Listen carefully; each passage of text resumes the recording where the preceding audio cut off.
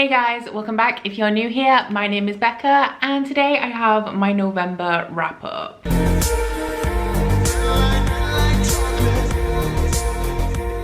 So I did manage to read 8 books in the month of November and I have already posted a mid-month wrap up. So if you guys would like to see reviews for any of these 5 books, which are My Dark Vanessa by Kate Elizabeth Russell, Words of Radiance Part 2 by Brandon Sanderson, Hollowpox, The Hunt for Morrigan Crow by Jessica Townsend, Edge Dancer by Brandon Sanderson, or Horror Store by Grady Hendrix, then I will pop a link to that video up here for you guys to check out, and this video will be my thoughts on the final 3 books that I read in the month of November. I did have quite a large TBR. I kind of accepted that I wouldn't be able to get through every single book on it, and I definitely didn't. So instead of trying to force myself to get through them all and get really stressed about it, I just decided that my aim was going to be to read at least 100 pages per day, and we would see how far I made it through all of these books. So getting into the stats, I did manage to read a total of 3,556 pages, which broke down to an average of 118 pages per day. For the star ratings, we had 1 3-star, 4 4-stars, and 3 5-stars, which breaks down to an average of 4.25 stars per book. So as you can see, I definitely enjoyed everything I read. This is probably my highest average rating of the year. For the demographics, I read 2 middle grade books, 1 young adult book, and 5 adult books. For the formats, we had 6 standardly formatted novels, 1 ebook, and 1 novella. For the genres, we didn't have too much variety this month. I read 6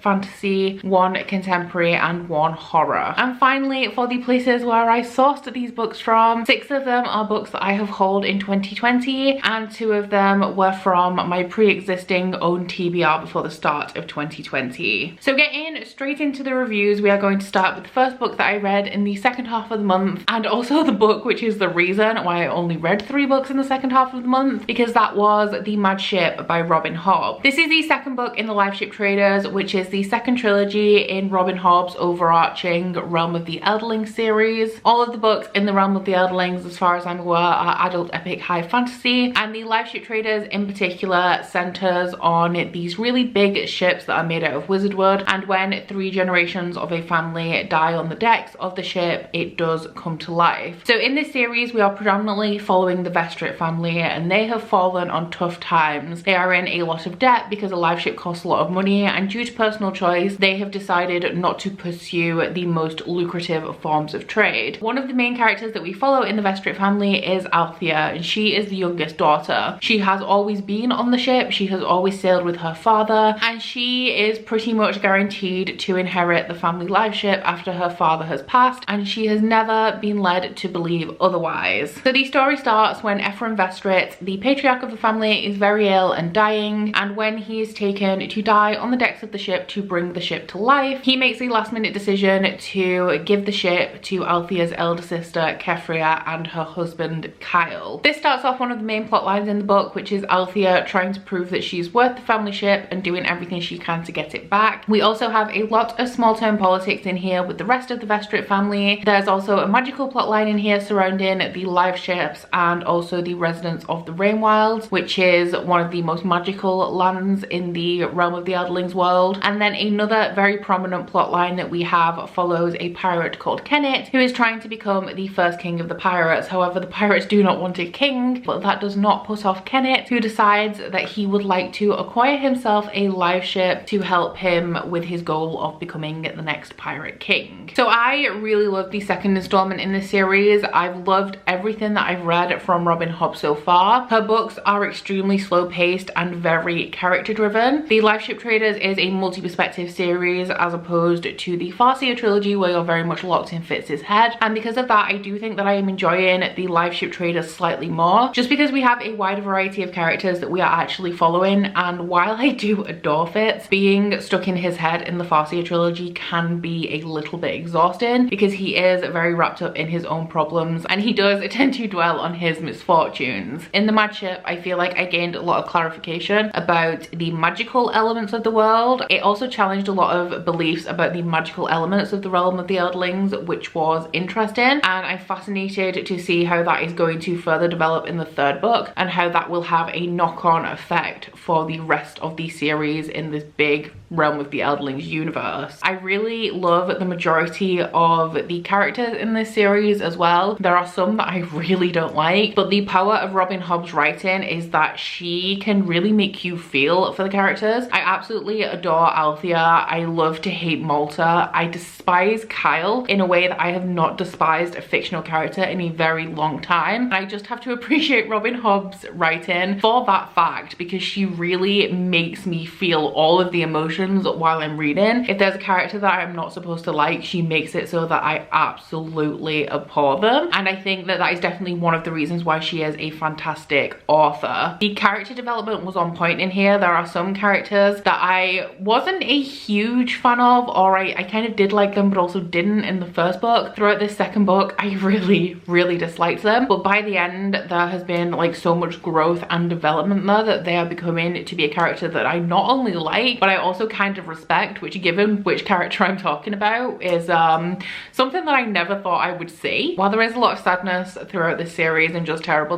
things happening, I did think that it was marginally less depressing than the first book, which honestly was a huge relief, because A Ship of Magic, while I loved it, was just horrible to read in that it was thoroughly miserable and nobody was happy and bad things were happening to everyone. And there are still bad things happening throughout Madship, but it is looking up a bit. Like, people have plans, people have things that they're doing. There are moments of happiness. There's also elements of romance in this series, which I not only didn't expect, but I also did not think that Robin Hobb would be able to pull it off in a way that I actually appreciate the romance or root for the relationship, because of the relationship in the Farseer trilogy, which I just think it's awful. I just don't like a character in that relationship in particular, but I love it. I love the romance elements that we have going on in Madship and the Live Ship Traders. My favorite character, I think, so far is still Althea. However, I would have liked her to have been a lot more present in this book. And my other two favorite characters are Rain and Brashen. I'm really excited to see more of them. I'm really sad because going into this, I knew it was kind of a self-standing trilogy, in that 3 of the series in the realm of the Eldlings world are all following fit, but the Live Ship Traders and the Rainwild Chronicles are separate and they do follow some of the same characters. But I will be sad when I finish Ship of Destiny to kind of say goodbye to these characters, because even if they are present in the Rainwild Chronicles, I don't think a lot of them are going to be the main characters, although I can't say for sure at this moment. The conclusion in this as well was epic. Like, all of a sudden, after such a slow build up, the book just took a turn through several perspectives and started heading in a completely different direction that I did not expect. It was a slow start, but I really enjoy it because I find that Robin Hobb's books are really immersive. I'm really sucked in, love the characters, love the world. But then all of these like revelations and things happening at the end just kept hitting me and made me desperate to read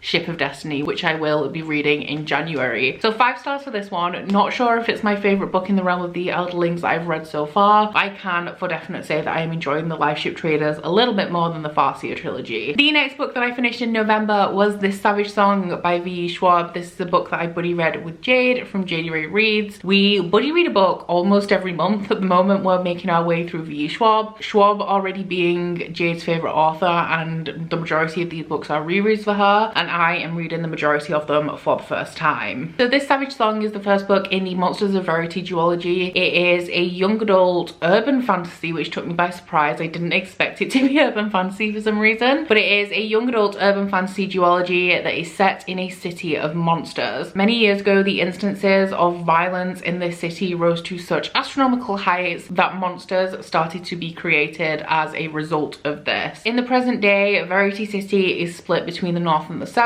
The Harkers run the north and the Flynns run the south. In the north, you will be offered protection from the Harkers if you pay for it. However, in the south, things are not as seemingly civilized, I guess, but the Flynns are actively fighting back against the monsters and seeking justice, as opposed to taking money in exchange for protection. Tension has been bubbling in this city for quite some time. There is a truce between the north and the south, which stops them from fighting amongst each other because they have very different different views, and it seems like this truce is close to breaking. So our two main characters in this duology are Kate and August. Kate is a Harker and a human, and August is the son of Henry Flynn and a monster. The setup for this novel is that Kate was sent away from the city by her father, and she has been doing everything that she can to get kicked out of all of the schools that he sent her to. So he has no other choice but to bring her home and send her to a local school. August, who is the monster, is also going to be attending this school undercover, learning everything he can about Kate, so if the truce does break, the Flynns can use her as leverage. So this was my least favorite book of the month, sadly. I really did want to love this. I did give it 3 stars, so I didn't hate it. I really like the setting in here. I like the characters, although Kate and August I'm not necessarily ambivalent about. I don't have strong feelings towards them either way. My favorite characters in this book were Ilsa and Leo, and they just did not get very much page time. The main reason that I gave this book 3 stars is that it is just incredibly fast paced. I think when you get around a third of the way through it, it is pretty much just wall-to-wall action scenes with very little in between. And not only that, these action scenes were very much focused on the 2 central characters. So side characters like Ilsa and Leo, which I felt had a lot of potential to be really dynamic, 3-dimensional, complex characters, were just kind of not present at all and not really explored. When I was reading this, I did realize that all of V. Schwar's books have very different tones, and that kind of makes sense with my feelings on her as an author, where there are books of hers that I have absolutely adored and books of hers that I'm just really not bothered about. It is because they are all very different, and I do believe that if you have read a book from V. Schwab and hated it, that does not mean that you will not love something else that she has written. I'm really excited to read the sequel to this, Our Dark Duet, which I will be buddy reading with Jade in December. I've heard it's very sad, and while this didn't quite hit the spot for me on a number of levels, something that I really do love in books and something that V. Schwab is also very good at is providing a sad ending. Like, a lot of authors will pull that final punch and not do anything too drastic to their characters, but I know that V. Schwab is not usually, or not always, like that. So I'm very excited to see how Our Dark Duet plays out, and I think just based on the fact that I'm assuming it's going to have like a sad dynamic ending, I think that I will enjoy the sequel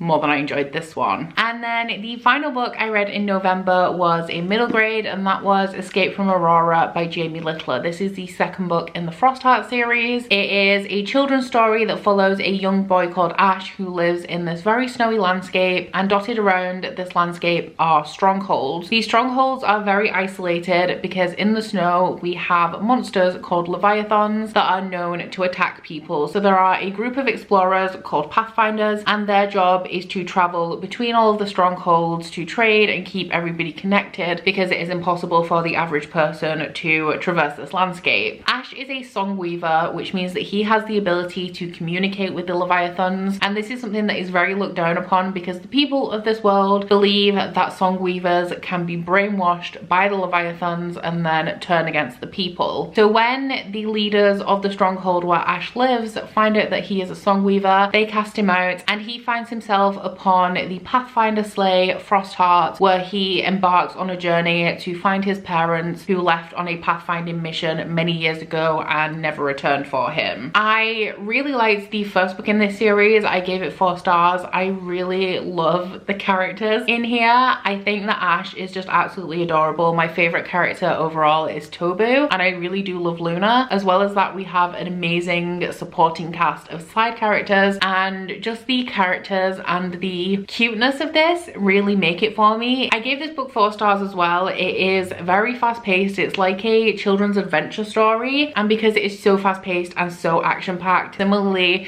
to This Savage Song, is the reason why I don't absolutely adore this series with my whole being, but I do really love it and I find it so heartwarming. I teared up at 2 points throughout this book, and you guys know I do not cry at books. Like, my favorite character can die in a book and I just don't really bat an eyelid, but there were 2 moments in here that had me close to tears, and I really didn't expect it, you know, because so much of this book was action that I didn't feel like I was fully immersed in the story, but I was definitely immersed enough for those emotional points to hit me. The way this book leaves off as well is not only on a huge moment, but also on a big cliffhanger that has me desperate to know the resolution of that one thing in the next book in this series. I kind of expected something like that would happen at some point, especially with some of the main themes throughout this second installment, but it completely threw a curveball at me actually, because the character that I thought this thing was going to surround, it was a completely different character, and I was shook. This is Gavin from How to Train Your Gavin's favorite series, and he did kindly gift this to me, so thank you so much, Gavin, for that. I also read this for Believathon, which is a month-long middle grade readathon that is hosted by Gavin. I did not manage to read as much as I wanted to for Believathon, but I did manage to read 2 children's books, and they were ones that I was very excited for. So yeah, overall, loved the second installment in this series, maybe just a tiny bit more than I loved the first, just because this got me emotionally. And if you are looking for a fun, fast-paced children's series to pick up, especially in winter because this has a very snowy setting, then I would recommend that you give Frostheart a go. So there you have it. Those are all of the books I read in November. I am currently reading Deadly Dreams by KJ Sutton. Kelsey kindly